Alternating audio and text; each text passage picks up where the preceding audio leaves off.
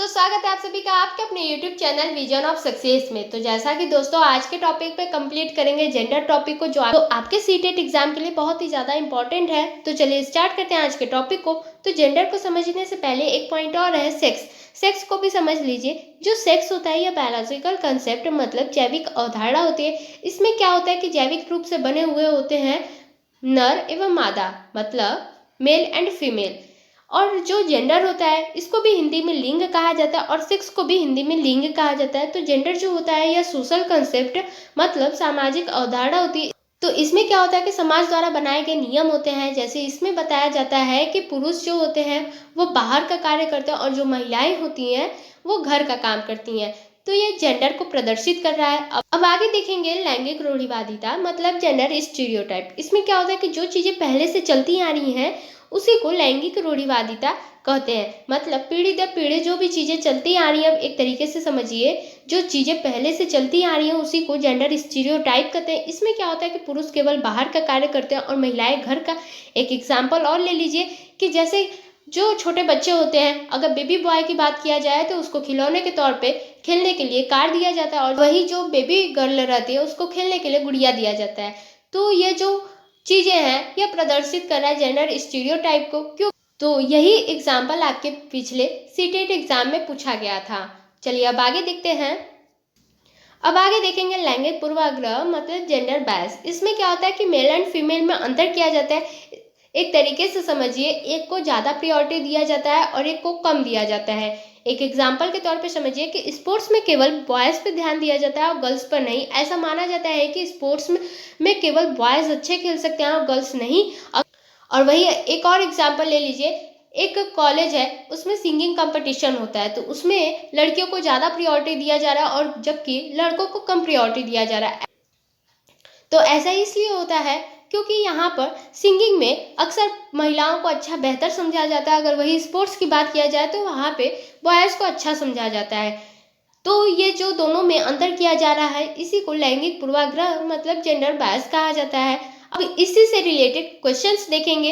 Question पूछा गया है कि सामान्यतः आदमी दिमाग से सोचते हैं और महिलाएं अपने हृदय से सोचती है। यह कथन क्या दर्शाता है? ये ऑप्शन फर्स्ट करा है कि लैंगिक विभेदीकरण, लैंगिक रूढ़िवाद, दोनों लिंगों के बीच आनुवंशिक भेद या लैंगिक स्थिरता। तो देखिए यहाँ पे जो बी ऑप्शन है बिल्कुल सही है, लैंगिक रूढ़िवाद।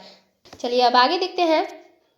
नेक्स्ट क्वेश्चन कह रहा है कि खिलौनों के रूप में गुड़िया मिलने पर रोहन की प्रतिक्रिया थी, मुझे ये खिलौना पसंद नहीं है क्योंकि लड़के गुड़िया से नहीं खेलते। यह किसका उदाहरण है? जेंडर प्रासंगिकता, जेंडर भेदभाव, जेंडर रूढ़िवादिता या जेंडर स्थिरता। तो देखिए यहाँ पर जो राइट ऑप्शन है वह है ऑप्शन नंबर सी, जेंडर रूढ़िवादिता। ऐसा इसलिए क्योंकि उसे पहले से बताया गया है कि जो लड़के होते हैं वो गुड़िया से नहीं बल्कि कार से खेलते हैं और जो लड़कियां होती हैं वो गुड़िया से खेलती हैं। तो इसीलिए रोहन ने अपनी यह प्रतिक्रिया व्यक्त की है कि लड़के जो हैं वो गुड़ियों से नहीं खेलते हैं। तो यह प्रदर्शित कर रहा है लैंगिक रूढ़िवादिता को। चलिए अब आगे देखते हैं नेक्स्ट क्वेश्चन। तो देखिए अब यह क्वेश्चन कर रहा है कि एक शिक्षिका यह धारणा रखती है कि लड़के अधिक बुद्धिमान और जोखिम लेने वाले होते हैं और लड़कियां आज्ञाकारी और ईमानदार होती हैं और उनके अनुसार व्यवहार करती हैं। यह किसका उदाहरण है? जेंडर पक्षपात, जेंडर स्थिरता, जेंडर समता या जेंडर समानता। तो देखिए यहाँ पर अगर जेंडर रूढ़िवादिता नहीं देता, अगर पक्षपात भी आ जाता है तो भी सही माना जाएगा। तो भी देखिए यह आंसर सही माना जाएगा। अगर आपके ऑप्शंस में जेंडर रूढ़िवादिता नहीं देता है, अगर जेंडर पक्षपात देता है तो बिल्कुल 100% वो सही है। तो यहाँ पर जेंडर पक्षपात की बात कही गई है। नेक्स्ट क्वेश्चन देखते हैं। नेक्स्ट क्वेश्चन है, क्रिकेट पर वार्तालाप के दौरान एक अध्यापक अधिकांशतः लड़कों से सवाल पूछ रहा है और लड़कियों से नहीं। अध्यापक की यह क्रिया किसका उदाहरण है? जेंडर सशक्तता, जेंडर पक्षपात, जेंडर प्रासंगिकता संबद्धता, जेंडर धमकी।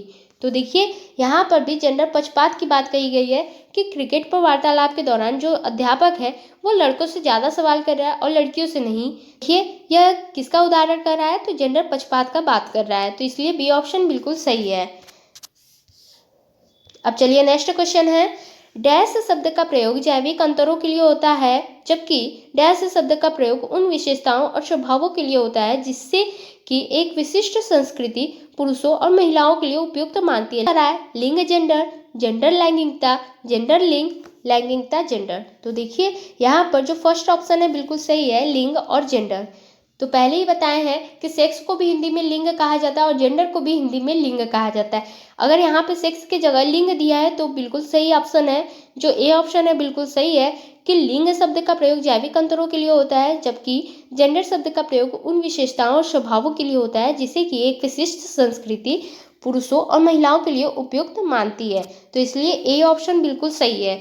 तो दोस्तों आज के वीडियो में इतना ही। कैसा लगा आपको आज का वीडियो अच्छा लगता है तो अपने दोस्तों में शेयर करिए। साथ ही साथ नए हैं चैनल पर तो विजन ऑफ सक्सेस चैनल को सब्सक्राइब जरूर करें। धन्यवाद।